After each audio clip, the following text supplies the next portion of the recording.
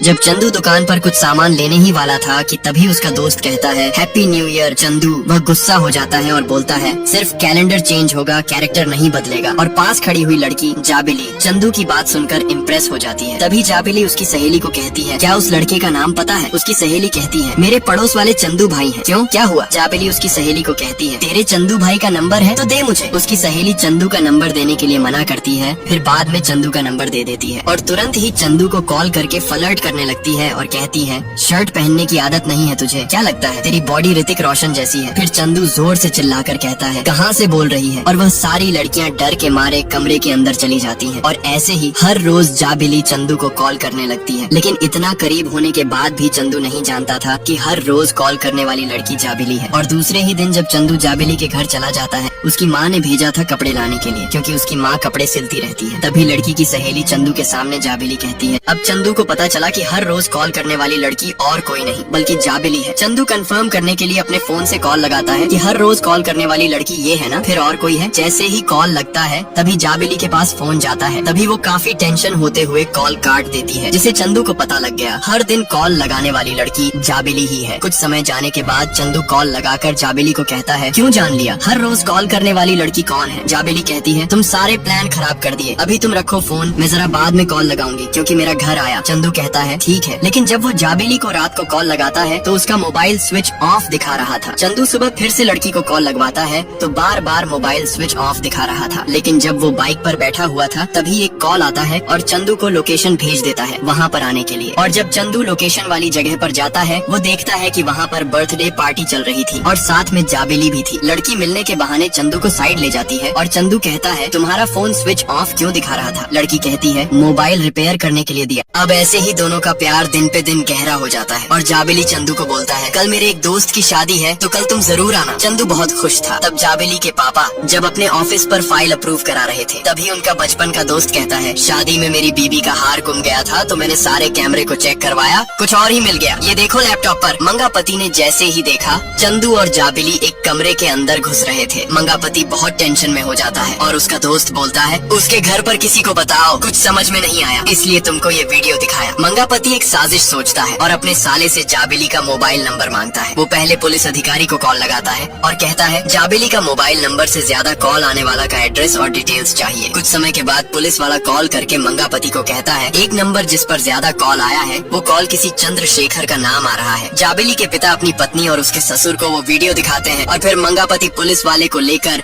चंदू के घर चला गया। और अब जाबिली के पिता पुलिस फोर्स लेकर चंदू के घर चला गया, लेकिन उसके पिता के आने से पहले जाबिली घर में छुप जाती है। एक पुलिस वाला चंदू के पिता को बोलता है जल्दी से जाबिली को बाहर निकालो वरना सही नहीं होगा। इतने में जाबिली घर के बाहर चली आती है। लड़की की माँ उसके गाल पर एक थप्पड़ मारती है। तभी जाबिली का पिता चंदू की माँ को बेकार की बातें बोल देता है। चंदू भड़क जाता है। इतने में एक पुलिस वाला उसके गाल पर चाटा लगा देता है। चंदू को पुलिस वाले घसीटते हुए जीप पर बैठाते हैं और चंदू के घर वाले जाबिली के पिता को बोलते हैं छोड़ दो चंदू को, तुम्हारे बेटी के साथ कुछ भी गलत काम नहीं किया। लेकिन मंगापति इतना हरामी आदमी होता है कि चंदू के घर वालों की बात एक भी नहीं सुनता। और जब सभी लोग घर के अंदर जा रहे थे तो मंगापति ने जाबिली को एक थप्पड़ मारा। मंगापति अपना बेल्ट उतार कर वो जाबिली को बहुत बेरहमी से मारता है और उसे बोलता है तूने खानदान की इज्जत मिट्टी में मिला दी। उतने में मंगापति को पुलिस वाले का कॉल आता है और वो कहता है लड़के के माँ बाप पुलिस स्टेशन में आए हैं, उनको अंदर आने नहीं दे रहा हूँ, पर लड़के का क्या करे? मंगापति कहता है केस कर दो। पुलिस वाला बोलता है केस करने के लिए आपकी बेटी का स्टेटमेंट चाहिए। मंगापति समझ गया अगर लड़के को केस में डालना है तो पहले जाबिली का स्टेटमेंट चाहिए।